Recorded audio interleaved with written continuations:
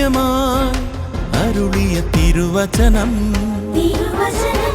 നിത്യസത്യമായി അരുളിയ ദിവ്യവചനം, ശാന്തിയായി ദീപമായി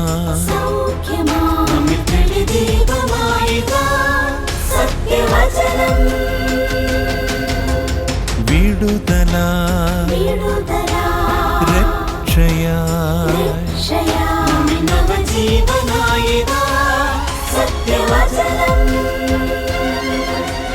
സത്യം സത്യമാ സത്യം സത്യമാ സത്യം സത്യമാ സത്യം സത്യമാ.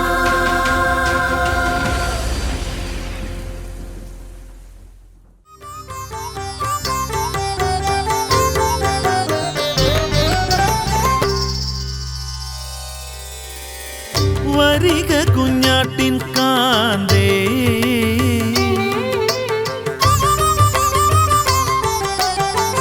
വരിക കുഞ്ഞാട്ടിൻ കാന്തേ, ദർശിക്ക ഈ മഹത്വ ദർശനം, ശ്രവിക്ക സ്വർഗീയ സംഗീതം, ഈ ഹല്ലേലൂയ ഘോഷസ്വരം. വരിക കുഞ്ഞാട്ടിൻ കാന്തേ,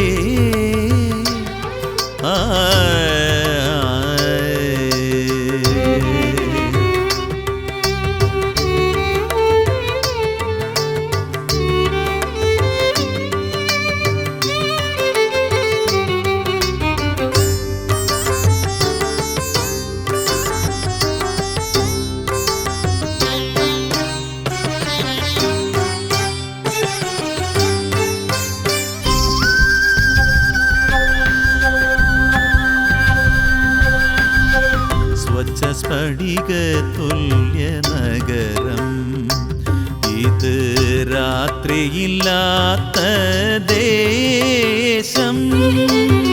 സ്വച്ഛ സ്ഫടികതുല്യ നഗരം, ഇത് രാത്രിയില്ലാത്ത ദേശം. ദൈവ തേജസാൽ ശോഭിക്കും നഗരം, ദൈവ തേജസാൽ ശോഭിക്കും നഗരം. സത്യസത്യമായി എന്ന ദൈവവചന സന്ദേശത്തിലേക്ക് ഏവർക്കും സ്വാഗതം.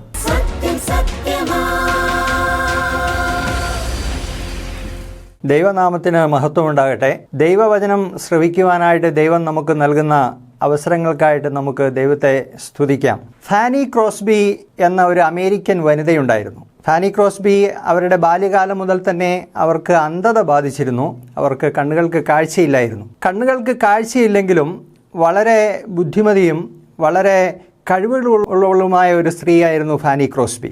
അവൾ ഉറച്ച ദൈവവിശ്വാസമുള്ള സമർപ്പണമുള്ള ഒരു ക്രിസ്തു വിശ്വാസിയായിരുന്നു. മാത്രമല്ല 8000-ലധികം വളരെ മനോഹരവും ഹൃദ്യവുമായിട്ടുള്ള ഗാനങ്ങൾ രചിച്ച ഒരു വ്യക്തി കൂടിയാണ് ഫാനി ക്രോസ്ബി. ഫാനി ക്രോസ്ബി രചിച്ചതായിട്ടുള്ള ഗാനങ്ങൾ ഇന്നും ലോകമെമ്പാടും ക്രൈസ്തവർ പാടുന്ന ഗാനങ്ങളാണ്. പലപ്പോഴും അന്ധരും ബധിരരും അംഗവൈകല്യമുള്ളവരുമായിട്ടുള്ള ആളുകൾ നമ്മെ ലജ്ജിപ്പിക്കാറുണ്ട്. നമുക്ക് ശാരീരികമായിട്ടുള്ള ഒരു വൈകല്യവും ഒരു ബുദ്ധിമുട്ടുമില്ലാത്തവരായിട്ടുള്ള ആളുകളെക്കാൾ വളരെ ഭംഗിയായിട്ട് കാര്യങ്ങൾ ചെയ്തിട്ടുള്ള പല വ്യക്തികളുമുണ്ട്. അങ്ങനെയുള്ള ആളുകളുടെ ദൈവവിശ്വാസവും അവരുടെ ദൃഢനിശ്ചയവും അവരുടെ പ്രതിസന്ധികളെ മറികടന്നതായിട്ടുള്ള വിധങ്ങളുമൊക്കെ നമ്മളെ തീർച്ചയായിട്ടും ആശ്ചര്യപ്പെടുത്തുക തന്നെ ചെയ്യും. മർക്കോസിൻ്റെ സുവിശേഷം 10-ാം അധ്യായത്തിൽ നമ്മൾ അന്ധനായിട്ടുള്ള ഒരു മനുഷ്യനെ കണ്ടുമുട്ടുന്നുണ്ട്. കർത്താവായ യേശുക്രിസ്തുവിൽ നിന്ന് തനിക്ക് അത്ഭുതകരമായിട്ട് തനിക്ക് കാഴ്ച ലഭിച്ചതായിട്ടുള്ള സംഭവം മർക്കോസിൻ്റെ സുവിശേഷം 10-ാം അധ്യായം അതിൻ്റെ 46 മുതൽ 52 വരെയുള്ള വാക്യങ്ങളിൽ നമുക്ക് വായിക്കുവാനായിട്ട് സാധിക്കും. ഞാൻ ആ വേദഭാഗം ഒന്ന് വായിക്കട്ടെ. അവർ യെരിഹോവിലെത്തി. പിന്നെ അവൻ ശിഷ്യന്മാരോടും വലിയ പുരുഷാരത്തോടും കൂടെ യെരിഹോവിൽ നിന്ന് പുറപ്പെടുമ്പോൾ തിമായിയുടെ മകനായ ബർത്തിമായി എന്ന കുരുടനായ ഒരു ഭിക്ഷക്കാരൻ വഴിയരികെ ഇരുന്നിരുന്നു. നസറായനായ യേശു എന്ന് കേട്ടിട്ട് അവൻ ദാവീദ് പുത്ര യേശുവേ, എന്നോട് കരുണ തോന്നണമേ എന്ന് നിലവിളിച്ചു തുടങ്ങി. മിണ്ടാതിരിപ്പാൻ പലരും അവനെ ശാസിച്ചിട്ടും ദാവീദ് പുത്ര എന്നോട് കരുണ തോന്നണമേ എന്ന് അവൻ ഏറ്റവും അധികം നിലവിളിച്ചു പറഞ്ഞു. അപ്പോൾ യേശു നിന്നു അവനെ വിളിപ്പിനെന്ന് പറഞ്ഞു. ധൈര്യപ്പെടുക, എഴുന്നേൽക്ക, നിന്നെ വിളിക്കുന്നു എന്ന് അവർ പറഞ്ഞ് കുരുടനെ വിളിച്ചു. അവൻ തൻ്റെ പുതപ്പും ഇട്ടുകളഞ്ഞ് ചാടി എഴുന്നേറ്റ് യേശുവിൻ്റെ അടുക്കൽ വന്നു. യേശു അവനോട്, ഞാൻ നിനക്ക് എന്ത് ചെയ്തുതരണമെന്ന് നീ ഇച്ഛിക്കുന്നു എന്ന് ചോദിച്ചതിന്, റബ്ബൂനി, എനിക്ക് കാഴ്ച പ്രാപിക്കണം എന്ന് കുരുടൻ അവനോട് പറഞ്ഞു. യേശു അവനോട്, പോക, നിന്റെ വിശ്വാസം നിന്നെ രക്ഷിച്ചിരിക്കുന്നു എന്ന് പറഞ്ഞു. ഉടനെ അവൻ കാഴ്ച പ്രാപിച്ച് യാത്രയിൽ അവനെ അനുഗമിച്ചു. ഇവിടെ കർത്താവായ യേശുക്രിസ്തുവും ശിഷ്യന്മാരും യെരുശലേമിലേക്ക് യാത്ര ചെയ്യുകയാണ്. അങ്ങനെ യാത്രയിൽ അവർ യെരിഹോ എന്ന് പറയുന്ന പട്ടണത്തിലെത്തി. ഇത് ഹെരോദാവ് രാജാവ് പണി കഴിപ്പിച്ചതായിട്ടുള്ള പുതിയ യെരിഹോ പട്ടണമാണ്. ആ യെരിഹോവിൽ നിന്ന് അവർ വീണ്ടും യാത്ര പുറപ്പെടുന്ന സമയത്ത് അവർ കുരുടനായ ഒരു ഭിക്ഷക്കാരൻ, വഴിയേറിയിരിക്കുന്ന ഒരു ഭിക്ഷക്കാരനെ അങ്ങനെ കണ്ടുമുട്ടുകയാണ്. അദ്ദേഹത്തിൻ്റെ പേര് ബർത്തിമായി എന്നാണ്. ബർത്തിമായി എന്ന് പറഞ്ഞാൽ തിമായിയുടെ മകൻ എന്നാണ് അർത്ഥം. അപ്പോൾ ഈ ബർത്തിമായി എന്ന മനുഷ്യൻ നസറായനായ യേശുക്രിസ്തു കടന്നു പോകുന്നു എന്ന് കണ്ട് യേശുക്രിസ്തുവിനോട് സഹായത്തിനായിട്ട്, ദയക്കായിട്ട് നിലവിളിക്കുകയും യേശുക്രിസ്തുവിൽ നിന്ന് സൗഖ്യം പ്രാപിക്കുകയും ചെയ്യുന്ന സംഭവമാണ് വളരെ ചുരുക്കത്തിൽ ഇവിടെ മർക്കോസ് രേഖപ്പെടുത്തിയിരിക്കുന്നത്. ഒരു പാവപ്പെട്ട മനുഷ്യൻ, ഭിക്ഷക്കാരൻ, അദ്ദേഹം അന്ധനായതുകൊണ്ട് അദ്ദേഹത്തിന് ജീവിക്കുവാനായിട്ട് മറ്റ് തൊഴിലുകളൊന്നും ചെയ്യാൻ സാധിക്കാത്തതുകൊണ്ട് ഭിക്ഷയെടുത്ത് ഉപജീവനം കഴിക്കുന്ന ഒരു മനുഷ്യനാണ്. എന്നാൽ വളരെ പാവപ്പെട്ട ഈ ഭിക്ഷക്കാരനിൽ നിന്ന്, ബർത്തിമായിൽ നിന്ന് നമുക്ക് അദ്ദേഹത്തിൻ്റെ വിശ്വാസത്തെ സംബന്ധിച്ച് ശ്രദ്ധേയമായിട്ടുള്ള ചില കാര്യങ്ങൾ പഠിക്കുവാനായിട്ടുണ്ട്. ഈ മനുഷ്യനെക്കുറിച്ച് ഈ സംഭവം നമ്മൾ സൂക്ഷ്മമായിട്ട് പരിശോധിക്കുമ്പോൾ അദ്ദേഹത്തിൻ്റെ വിശ്വാസം എടുത്തു പറയേണ്ടതായ ശ്രേഷ്ഠമായിട്ടുള്ളൊരു വിശ്വാസമാണ് എന്ന് നമുക്ക് മനസ്സിലാക്കുവാനായിട്ട് സാധിക്കും. അതുകൊണ്ട് തുടർന്നുള്ള ഏതാനും നിമിഷങ്ങൾ ബർത്തിമായുടെ വിശ്വാസത്തിൻ്റെ പ്രത്യേകതകൾ നമുക്കൊന്ന് പരിശോധിക്കാം. അതിൽ നിന്ന് നമുക്കും തീർച്ചയായിട്ടും പാഠങ്ങൾ ഉൾക്കൊള്ളുവാനായിട്ട് ഉണ്ട്. ആദ്യമേ, ബർത്തിമായുടെ വിശ്വാസം അത് യേശുക്രിസ്തുവിൻ്റെ വ്യക്തിത്വത്തെ സംബന്ധിച്ച് അദ്ദേഹത്തിന് ശരിയായ ഒരു ധാരണയുണ്ടായിരുന്നു. യേശുക്രിസ്തു ആരാണ് എന്ന് അദ്ദേഹത്തിന് നല്ല ബോധ്യമുണ്ടായിരുന്നു. ഇവിടെ നമ്മൾ വായിക്കുമ്പോൾ ബർത്തിമായി അങ്ങനെ ആരാണ്, വലിയ ജനക്കൂട്ടത്തിൻ്റെ ആരവം കേൾക്കുന്നു, എന്താണ് എന്ന് അദ്ദേഹം അന്വേഷിക്കുന്നു. അപ്പോൾ അദ്ദേഹം കേൾക്കുകയാണ് നസറായനായ യേശു അതുവഴി കടന്നു പോകുന്നു എന്ന് അദ്ദേഹം കേൾക്കുകയാണ്. ഉടനെ അദ്ദേഹം എന്താണ് പ്രാർത്ഥിക്കുന്നത്? നസറായനായ യേശു എന്ന് കേട്ടിട്ട് അവൻ, ദാവീദ് പുത്ര യേശുവേ, എന്നോട് കരുണ തോന്നണമേ എന്ന് നിലവിളിച്ചു തുടങ്ങി. അദ്ദേഹം യേശുവിനെ സംബോധന ചെയ്യുന്നത് ദാവീദ് പുത്ര എന്നാണ്. യേശുവേ എന്നോട് കരുണ തോന്നണമേ എന്നല്ല, ദാവീദ് പുത്ര യേശുവേ എന്നോട് കരുണ തോന്നണമേ എന്നാണ് ബർത്തിമായി നിലവിളിക്കുന്നത്. ദാവീദ് പുത്ര എന്ന് പറഞ്ഞാൽ അദ്ദേഹം ഒരു യഹൂദനാണ്. അദ്ദേഹത്തിന് അതുകൊണ്ട് അറിയാം, യഹൂദന്മാർ പ്രതീക്ഷിച്ചിരുന്ന രക്ഷകനായ മശിഹയാണ് ഈ യേശു, നസറായനായ യേശു മശിഹയാണ് എന്നുള്ള ഉത്തമ വിശ്വാസം, ഉത്തമ ബോധ്യം അദ്ദേഹത്തിനുണ്ടായിരുന്നു. അതുകൊണ്ടാണ് അദ്ദേഹം അങ്ങനെ വിളിക്കുന്നത്, ദാവീദ് പുത്ര യേശുവേ എന്നോട് കരുണ തോന്നണമേ എന്നത്. ഈ മനുഷ്യനൊന്ന് ആലോചിച്ച് നോക്കുക. അന്ന് കർത്താവായ യേശുക്രിസ്തുവിൻ്റെ കാലത്തുണ്ടായിരുന്ന ബഹുഭൂരിപക്ഷം യഹൂദന്മാർക്കും യേശുക്രിസ്തു ആരാണ് എന്ന വ്യക്തതയില്ലായിരുന്നു.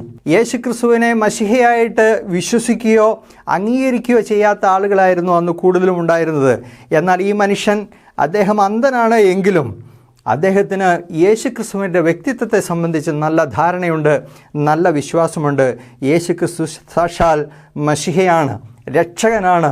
യേശുക്രിസ്തുവിൽ നിന്നാണ് തനിക്ക് ദയ ലഭിക്കുന്നത്, കരുണ ലഭിക്കുന്നത് എന്ന് അദ്ദേഹത്തിന് അറിയാമായിരുന്നു. അദ്ദേഹത്തിന് കാഴ്ചയില്ലായിരുന്നുവെങ്കിലും അദ്ദേഹത്തിന് നല്ല ഉൾക്കാഴ്ചയുള്ള വ്യക്തിയായിരുന്നു എന്ന് നമുക്ക് പറയുവാനായിട്ട് സാധിക്കും. അതെ, അനേക ആളുകൾക്ക് കാഴ്ചയുണ്ടെങ്കിലും അവർക്ക് ഉൾക്കാഴ്ചയില്ല. അവർക്ക് കണ്ണുണ്ടെങ്കിലും അവർ കാര്യങ്ങളെ കാണേണ്ടതുപോലെ കാണുന്നില്ല.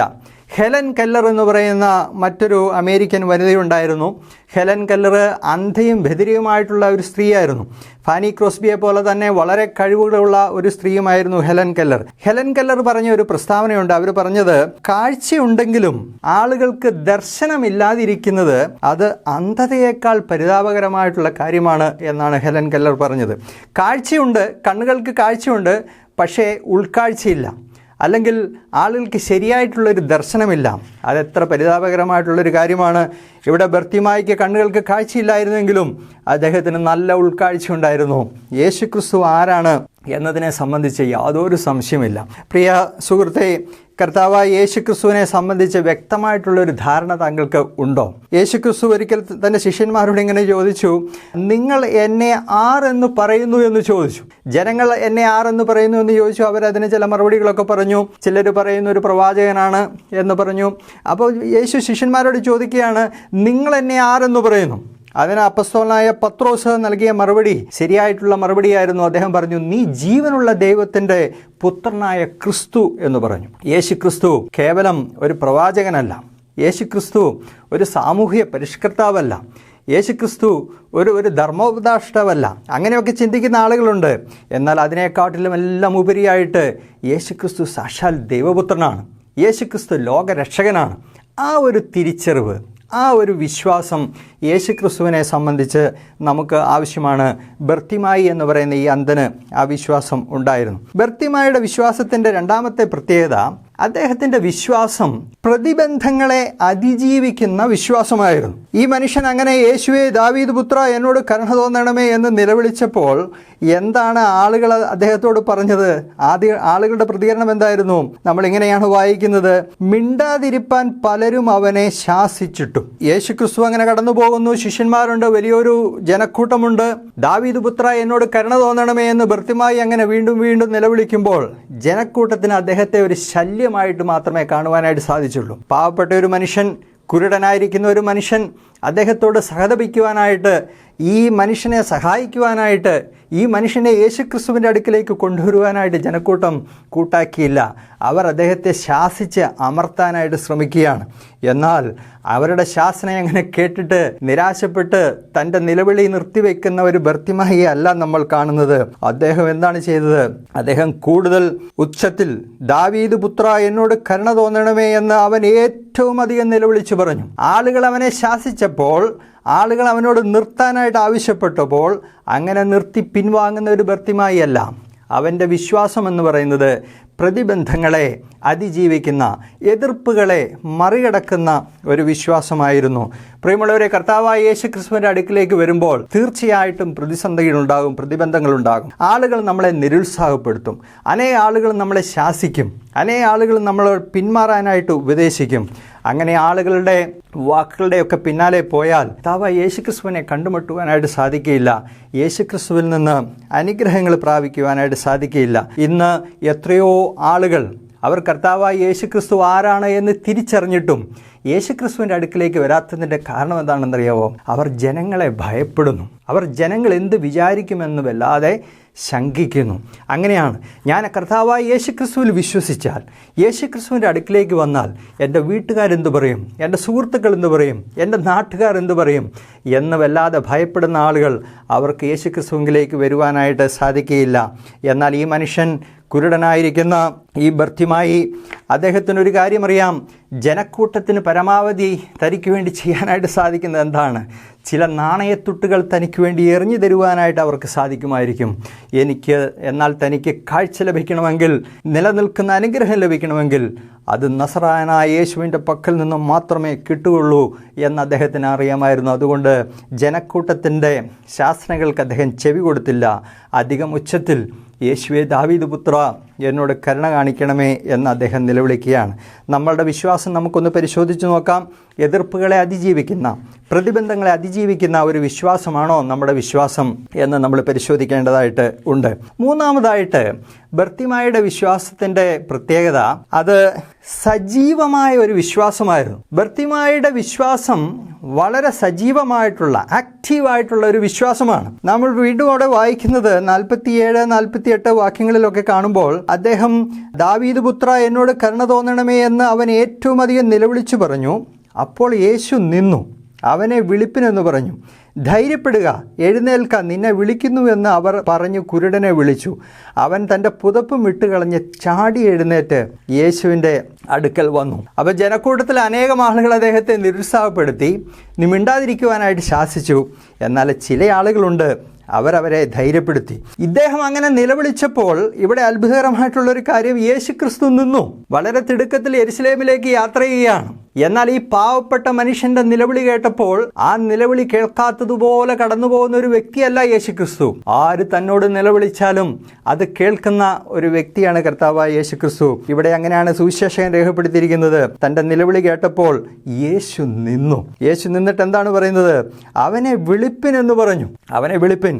അപ്പോൾ ചില ആളുകൾ പറഞ്ഞു, ധൈര്യപ്പെടുക, എഴുന്നേൽക്കാൻ, നിന്നെ വിളിക്കുന്നു എന്ന് പറഞ്ഞു.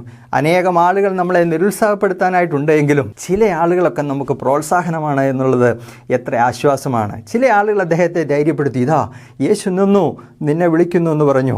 അപ്പോൾ അദ്ദേഹം എന്താണ് ചെയ്തത്? അത് കേട്ടയുടനെ അവൻ തൻ്റെ പുതപ്പും ഇട്ട് കളഞ്ഞ് ചാടി എഴുന്നേറ്റ് യേശുവിൻ്റെ അടുക്കൽ വന്നു.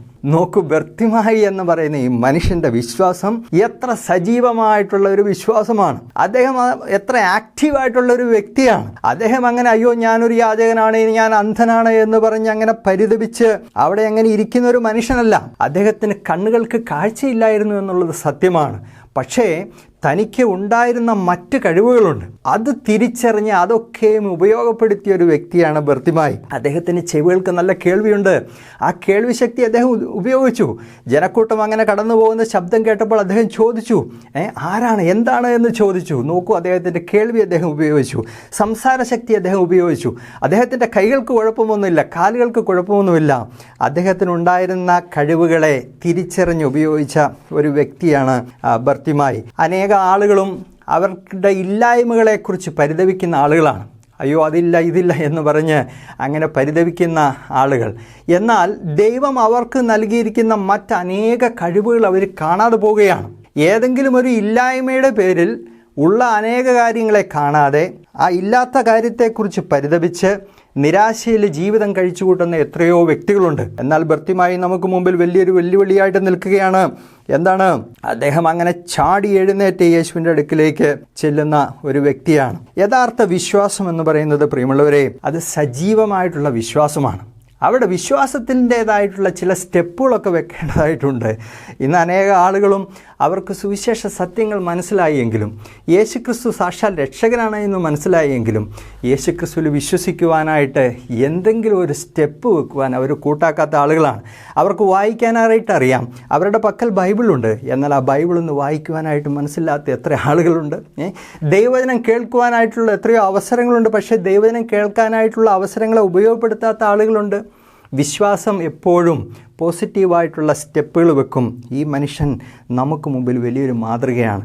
ഇല്ലാത്ത കാര്യങ്ങളെക്കുറിച്ച് നിരാശപ്പെട്ട് പരിതപിച്ച് കഴിഞ്ഞുകൂടുന്ന ഒരു വ്യക്തിയാണോ താങ്കൾ? അതോ ദൈവം നൽകിയിരിക്കുന്ന അനുഗ്രഹങ്ങളെ കണ്ട് അതിനെക്കുറിച്ച് ദൈവത്തെ സ്തുതിക്കുകയും ആ കഴിവുകളെ തൻ്റെ വിശ്വാസത്തിന് വേണ്ടി യേശുക്രിസ്തുവിൻ്റെ അടുക്കിലേക്ക് വരുന്നതിന് വേണ്ടി പോസിറ്റീവായിട്ട് ഉപയോഗിക്കുകയും ചെയ്യുന്ന ഒരു വ്യക്തിയാണോ പരിശോധിച്ച് നോക്കുന്നത് നല്ല കാര്യമാണ്. അവസാനമായിട്ട് ഒരു കാര്യം കൂടെ പറയട്ടെ. ബർത്തിമായിയുടെ വിശ്വാസം അത് രക്ഷിക്കുന്ന വിശ്വാസമായിരുന്നു. അദ്ദേഹത്തിൻ്റെ വിശ്വാസം അത് തൻ്റെ ആത്മരക്ഷയ്ക്ക് തന്നെ കാരണമായി തീർന്ന ഒരു വിശ്വാസം ആയിരുന്നു. 52-ാമത്തെ വാക്യത്തിൽ നാം ഇങ്ങനെയാണ് വായിക്കുന്നത്, യേശു അവനോട് പോക, നിന്റെ വിശ്വാസം നിന്നെ രക്ഷിച്ചിരിക്കുന്നു എന്ന് പറഞ്ഞു. അപ്പോൾ ബർത്തിമായി യേശുക്രിസ്തുവിൻ്റെ അടുക്കിലേക്ക് വന്നു. എങ്ങനെയാണ് വന്നത്? അവൻ തൻ്റെ പുതപ്പും ഇട്ട് കളഞ്ഞ് ചാടി എഴുന്നേറ്റ് യേശുവിൻ്റെ അടുക്കൽ വന്നു എന്നാണ്. എന്തിനാണ് അദ്ദേഹത്തിൻ്റെ പുതപ്പ് അങ്ങനെ ഇട്ട് കളഞ്ഞത്? അദ്ദേഹത്തിൻ്റെ പുതപ്പ് നിലത്ത് വിരിച്ച് ആളുകൾ ഇടുന്ന നാണയങ്ങളൊക്കെ സ്വീകരിക്കാനായിട്ട് ആ പുതപ്പ് വിരിച്ച് അവിടെ ഇരിക്കുകയായിരുന്നിരിക്കും. യേശുക്രിസ്തു വിളിക്കുന്നു എന്ന് പറഞ്ഞപ്പോഴേക്കും ഈ പുതപ്പും ഇട്ട് കളഞ്ഞ് ആണ് അദ്ദേഹം യേശുവിൻ്റെ അടുക്കിലേക്ക് ഓടി ചെല്ലുന്നത്. എന്താണ്? ഈ പുതപ്പ് എടുത്തുകൊണ്ട് പോകാഞ്ഞത് എന്തുകൊണ്ടാണ്? അദ്ദേഹത്തിന് അത്രയ്ക്ക് വിശ്വാസമുണ്ട്. യേശുക്രിസ്തുവിനെ വിളിക്കുന്നു, ഞാൻ യേശുവിൻ്റെ അടുക്കിലേക്ക് പോകുന്നു, ഇനി ഈ പുതപ്പിൻ്റെ ആവശ്യം എനിക്കില്ല.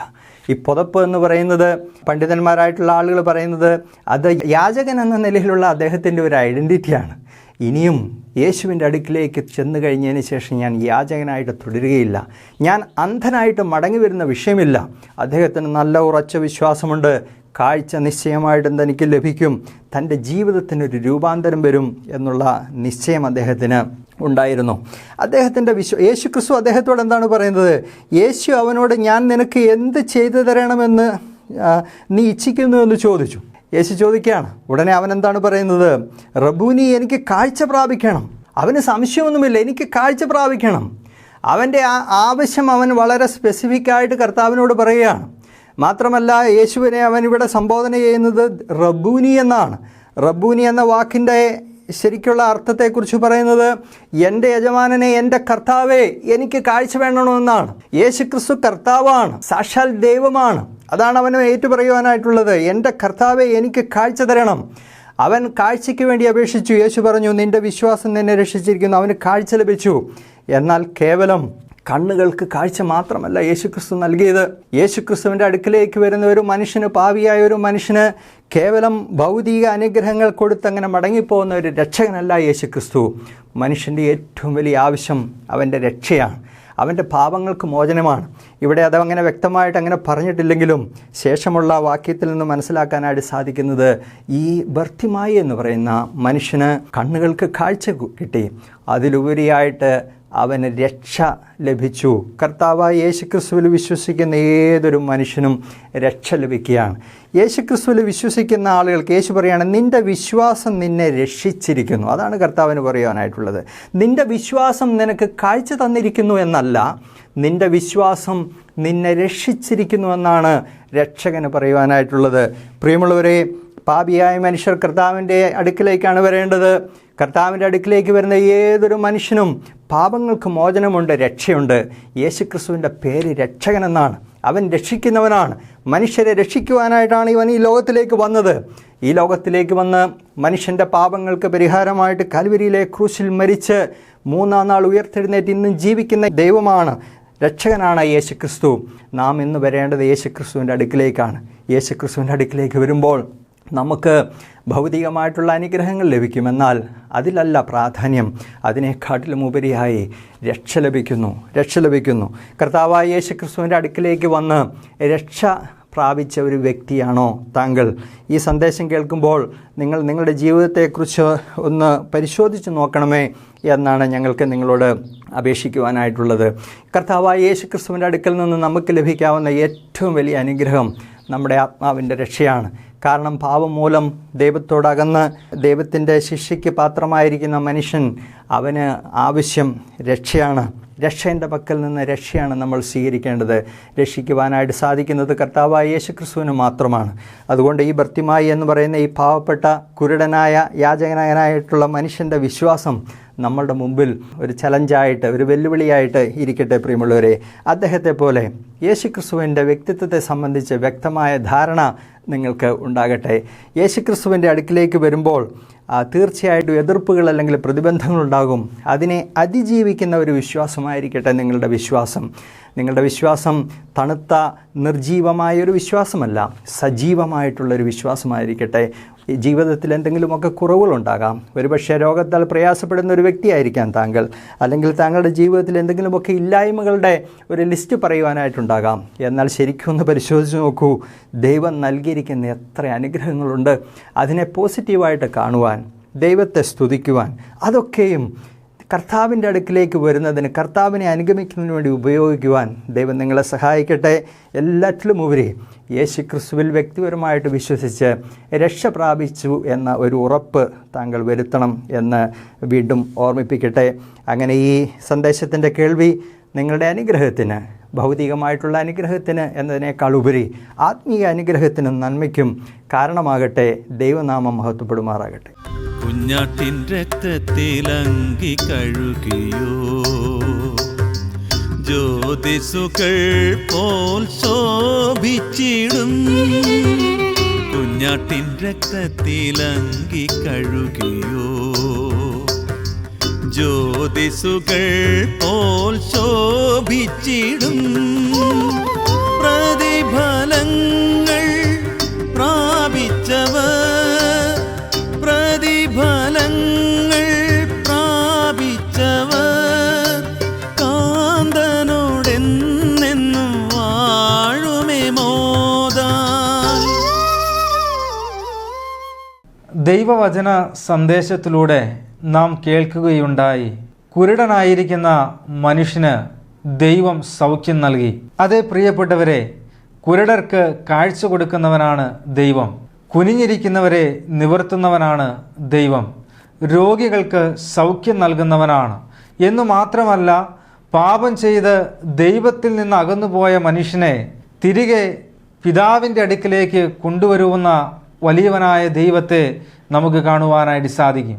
പാപം ചെയ്ത് ദൈവത്തിൽ നിന്ന് അകന്നുപോയി എന്ന് മാത്രമല്ല, ഒരിക്കലും കരകയറുവാൻ കഴിയാത്തവണ്ണം പാപത്തിൻ്റെ ചുഴിയിൽ അകപ്പെട്ട് കിടക്കുന്ന മനുഷ്യരായിരുന്നു നാം ഓരോരുത്തരും. എന്നാൽ നമ്മെ ആ പാപത്തിൻ്റെ ചുഴിയിൽ നിന്ന് കരകയറ്റി പിതാവിൻ്റെ സന്നിധിയിലേക്ക് കൊണ്ടുപോകുവാൻ കർത്താവായ യേശു ക്രിസ്തു ഭൂമിയിൽ അവതരിച്ചു.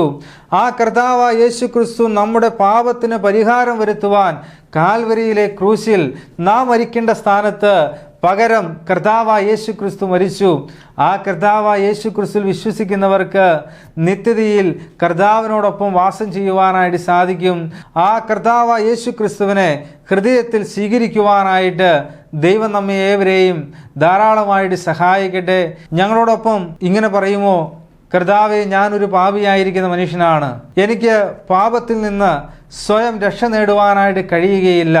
ആ അവസ്ഥയിൽ എന്നെ രക്ഷിപ്പാൻ ഭൂമിയിലേക്ക് ഇറങ്ങി വന്ന് ഞാൻ മരിക്കേണ്ട സ്ഥാനത്ത് എൻ്റെ പാപങ്ങൾ ഏറ്റെടുത്തുകൊണ്ട് കാൽവരിയിലെ ക്രൂശിൽ മരിച്ച ആ കർത്താവായ യേശു ക്രിസ്തുവിനെ ഞാൻ ഹൃദയത്തിൽ വിശ്വസിക്കുന്നു. അങ്ങനെ വിശ്വസിക്കുന്നവർക്ക് ദൈവത്തിൻ്റെ മക്കളായിട്ട് തീരുവാനായിട്ട് സാധിക്കും. ആ നിലയിൽ ദൈവം നമ്മെ ഏവരെയും ധാരാളമായിട്ട് സഹായിക്കട്ടെ.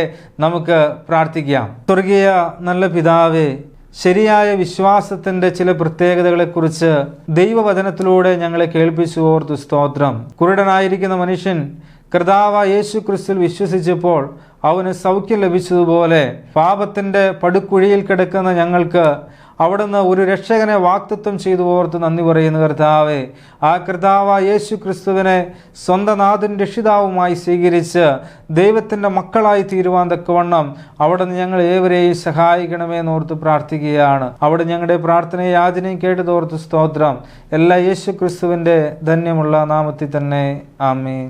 ഈ ദൈവവചന സന്ദേശം നിങ്ങൾക്കൊരു അനുഗ്രഹമായി എന്ന് ഞങ്ങൾ കരുതുന്നു. നിങ്ങളുടെ വിലപ്പെട്ട അഭിപ്രായങ്ങളും നിർദ്ദേശങ്ങളും ഞങ്ങളെ അറിയിച്ചാലും ഞങ്ങൾ നിങ്ങൾക്ക് വേണ്ടി പ്രാർത്ഥിക്കുന്നതായിരിക്കും. ഞങ്ങളുമായി ബന്ധപ്പെടേണ്ട വിലാസം അഗാപ്പെ ഗോസ്പൽ മിനിസ്ട്രീസ് 126 മൈത്രി നഗർ, ആശ്രാമം, കൊല്ലം. Email ID satyamsatyamai@gmail.com. Phone number 8136936648. Bible സംബന്ധമായ നിങ്ങളുടെ അഭിപ്രായങ്ങളും ചോദ്യങ്ങളും ഞങ്ങളുടെ വാട്സപ്പ് നമ്പർ മുഖേന ഞങ്ങളെ അറിയിച്ചാലും ഞങ്ങൾ നിങ്ങൾക്ക് അതിന് മറുപടി നൽകുന്നതായിരിക്കും. അതോടൊപ്പം തന്നെ ഈ പ്രോഗ്രാമിൻ്റെ മറ്റു സന്ദേശങ്ങളും പാട്ടുകളും കേൾക്കുന്നതിനായി സത്യം സത്യമായി എന്ന ഫേസ്ബുക്ക് പേജും സത്യം സത്യമായി എന്ന യൂട്യൂബ് ചാനലും സന്ദർശിച്ചാലും ദൈവം നമ്മെ ധാരാളമായിട്ട് സഹായിക്കട്ടെ. ദൈവനാമത്തിന് മഹത്വം. സത്യം സത്യമാ, സത്യം സത്യമാ, സത്യം സത്യമാ.